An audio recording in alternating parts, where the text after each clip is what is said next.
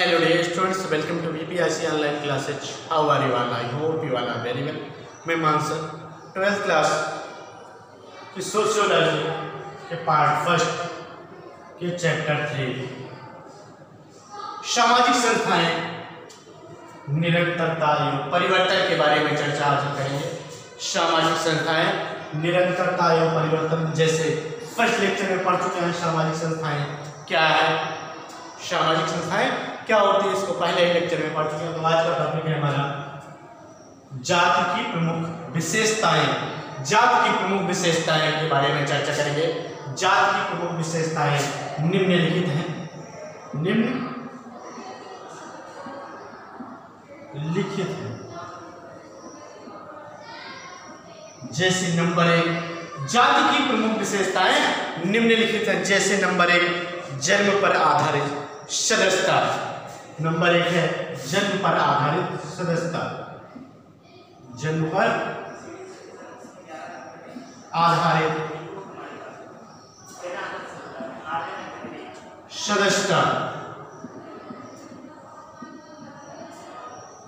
जन्म पर आधारित सदस्यता के बारे में हम चर्चा करेंगे। जन्म पर आधारित सदस्यता, जैसे किसी भी व्यक्ति का जन्म किसी भी धर्म जात, किसी भी व्यक्ति का जन्म किसी भी धर्म या किसी भी जात में होता है, तो उसे जन्म के आधार पर उसे उस धर्म अर्थात जात की सदस्यता अपने आप मिल जाती है। उसे किसी भी प्रार्थना पत्र देने की आवश्यकता नहीं पड़ती कि हम आरक्षित जनजाति के हैं या अनुसूचित जनजाति के हैं या किसी अदर धर्म के हैं। किसी भी धर्म और जात के लिए उसे प्रार्थना पत्र देने की आवश्यकता नहीं होती। उसे उस धर्म की स्वतंत्र रूप से सदस्यता प्राप्त हो जाती है। जन्म के आधार पर उसे सदस्यता दे दी जाती है।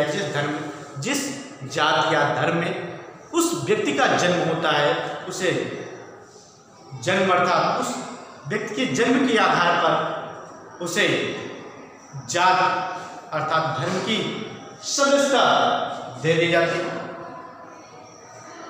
अर्थात व्यक्ति जिस जाति में जन्म लेता है उसी का सदस्य बन जाता है।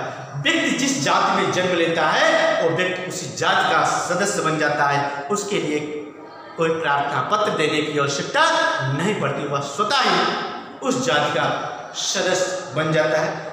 इसके नंबर 2 पॉइंट है पेशों की निश्चितता। पेशों की निश्चितता,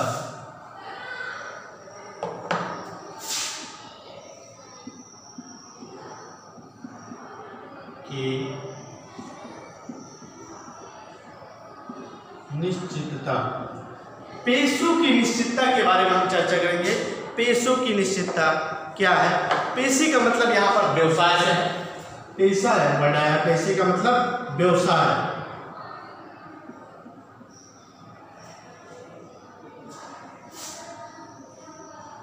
पेशे का मतलब होता है व्यवसाय। यहां पर जो जातियों का विभाजन हुआ है, जो वर्ण व्यवस्था में जातियों का विभाजन हुआ है,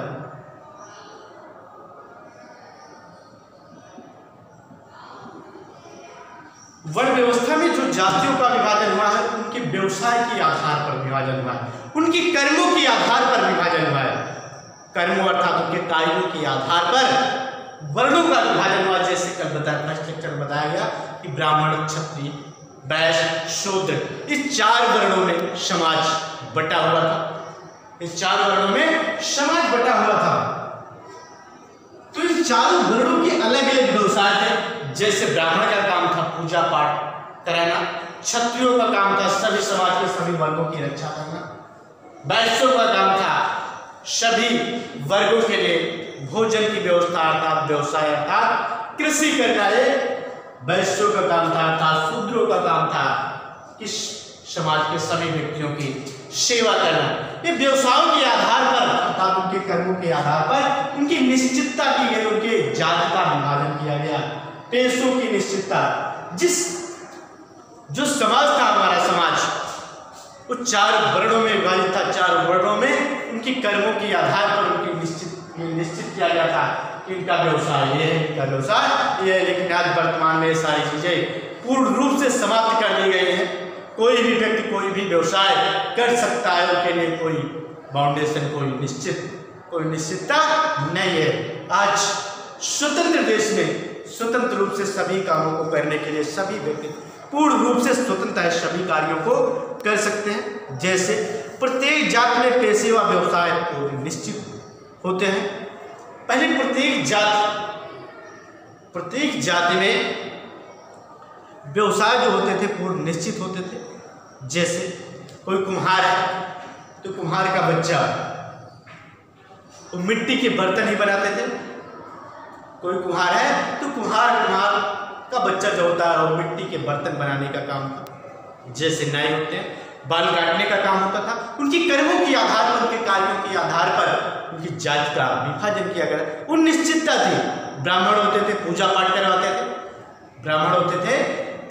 करवाते थे। ऐसे जितने भी वर्ग थे सभी वर्गों के कार्य अलग अलग निर्धारित किए गए थे। जैसे लोहार होते थे वो लोहे का कार्य करते थे, ऐसे समाज में जितने भी व्यक्ति थे उन सभी व्यक्तियों के कार्य अर्थात व्यवसाय निश्चित होते थे। वास्तव में जाति का शाब्दिक अर्थ ही निश्चित व्यवसाय को धारण करने में लगाया गया है। वास्तव में जाति का जो शाब्दिक अर्थ ही है कि निश्चित व्यवसाय को धारण करने में लगाया गया है। जिस हिसाब से जो निश्चित व्यवसाय करते थे उसको उसी जाति में रख दिया गया। प्रत्येक जाति का अपना एक निश्चित व्यवसाय होता है तथा इसी के कारण विभिन्न जातियों में पारस्परिक निर्भरता पाई जाती है। प्रत्येक जाति का एक निश्चित व्यवसाय होता है। निश्चित व्यवसाय जैसे नाई होते हैं, ब्राह्मण होते हैं, पूजा पाठ कराने का कार्य करते हैं, शुद्ध सेवा करने का काम करते हैं। तो प्रत्येक जाति का एक निश्चित कार्य होता था, प्रत्येक जाति का एक निश्चित व्यवसाय होता है तथा इसी के कारण विभिन्न जातियों में प्रत्येक जातियों में पारस्परिक निर्भरता पाई जाती रही। इसके बाद थर्ड पॉइंट है इसका खान पान पर प्रतिबंध के बारे में चर्चा करते हैं। तीसरा नंबर है खान पान पर प्रतिबंध।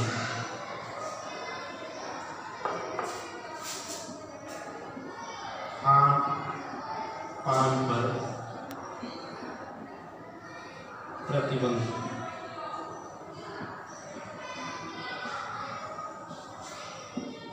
खान पान पर प्रतिबंध के बारे में चर्चा करते हैं।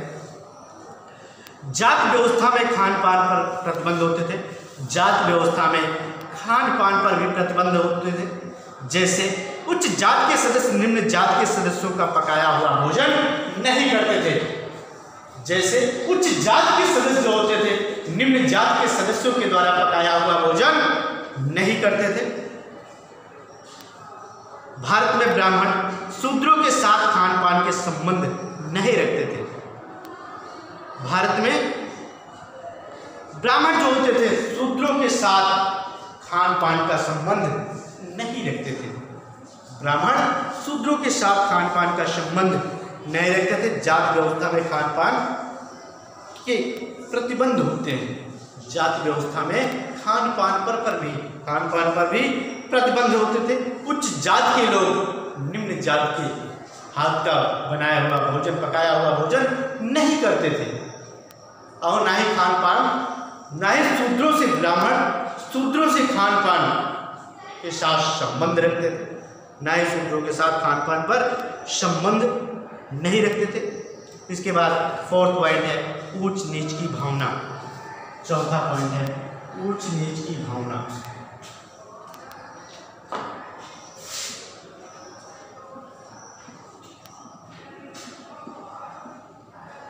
ऊंच नीच की भावना के बारे में चर्चा करते हैं।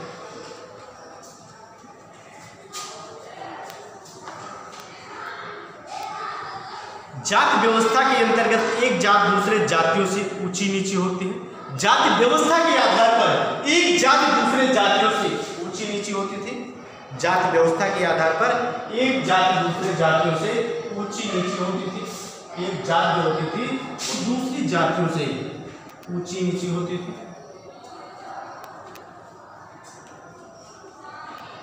अर्थात यह सामाजिक स्तरीकरण की व्यवस्था है, अर्थात यह सामाजिक स्तरीकरण की व्यवस्था है। इस ऊंच नीच के कारण एक जात के सदस्य दूसरी जात के सदस्यों को छूना पसंद नहीं करते थे। इस ऊंच नीच जात के कारण, इस ऊंच नीच के कारण, इस ऊंच नीच जात के कारण एक दूसरे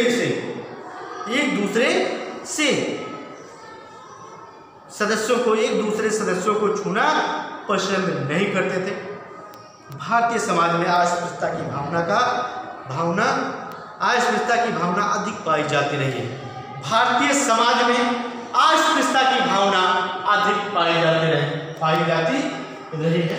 ऊंच नीच की भावना से, जैसे समाज में कुछ व्यक्ति ऊंची जात के होते थे तो अपनी निजी जातियों को छूना पसंद नहीं करते, नीची जात के सदस्यों को छूना पसंद नहीं करते थे, नीची जात के सदस्यों को छूना पसंद नहीं करते थे। भारतीय समाज में अस्पृश्यता की भावना, भारतीय समाज में अस्पृश्यता की भावना अधिक प्रबल थी, भारतीय समाज में अस्पृश्यता की भावना जो थी अधिक प्रबल थी। इसके बाद इसका नेक्स्ट पॉइंट है अनिवार्य सदस्यता। अनिवार्य सदस्यता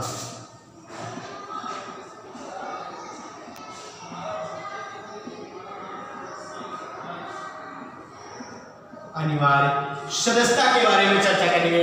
अनिवार्य सदस्यता, जात की सदस्यता व्यक्ति की इच्छा या अनिच्छा पर आधारित नहीं है। जात की सदस्यता किसी व्यक्ति की इच्छा अर्थात अनिच्छा पर आधारित नहीं है। जन्म से ही व्यक्ति किसी न किसी जात का सदस्य होता है। जन्म से ही व्यक्ति किसी न किसी जात का सदस्य होता है। इस सदस्यता को वह जीवन भर बदल नहीं सकता। इस सदस्यता को व्यक्ति जब तक जीवित रहेगा वह सदस्यता को बदल नहीं सकता। इसलिए जात की सदस्यता अनिवार्य व स्थायी होती है। इसलिए जात की सदस्यता जो होती है वो अनिवार्य व स्थायी मानी जाती है। जब तक जीवित रहेगा तब तक वो उसी जात का सदस्य रहेगा, और यह सदस्यता जब तक व्यक्ति जीवित रहेगा तब तक व्यक्ति उसी जात का सदस्य रहेगा। इसके बाद इसका नेक्स्ट पॉइंट है समान संस्कृति की मान्यता। समान संस्कृति की मान्यता। समान संस्कृति की मान्यता के बारे में चर्चा करते हैं। जैसे जात के सदस्यों में समान संस्कृति पाई जाती है। जात के सदस्यों में समान संस्कृति की वेशभूषा, समान वेशभूषा पाई जाती है। एक ही जात के सदस्य में समान संस्कृति अर्थात समान वेशभूषा पाई जाती है। जात के सभी सदस्यों में समान प्रथाएं, परंपराएं तथा रूढ़ियां पाई जाती हैं। जात के सभी सदस्यों में समान प्रथाएं, परंपराएं तथा रूढ़ियां पाई जाती हैं। एक जात के सभी रीति रिवाज एक जैसे होते हैं। एक जात के सभी रीति रिवाज एक जैसे होते हैं। इसलिए जात के सदस्यों में एकता व समानता पाई जाती है। इसलिए एक जात के सदस्यों में एकता व समानता पाई जाती है। एकता व समानता पाई जाती है। तो आज के लिए टाइम्स के आगे का पार्ट नेक्स्ट वीडियो में लेकर आएंगे। Stay home and be safe. Thank you.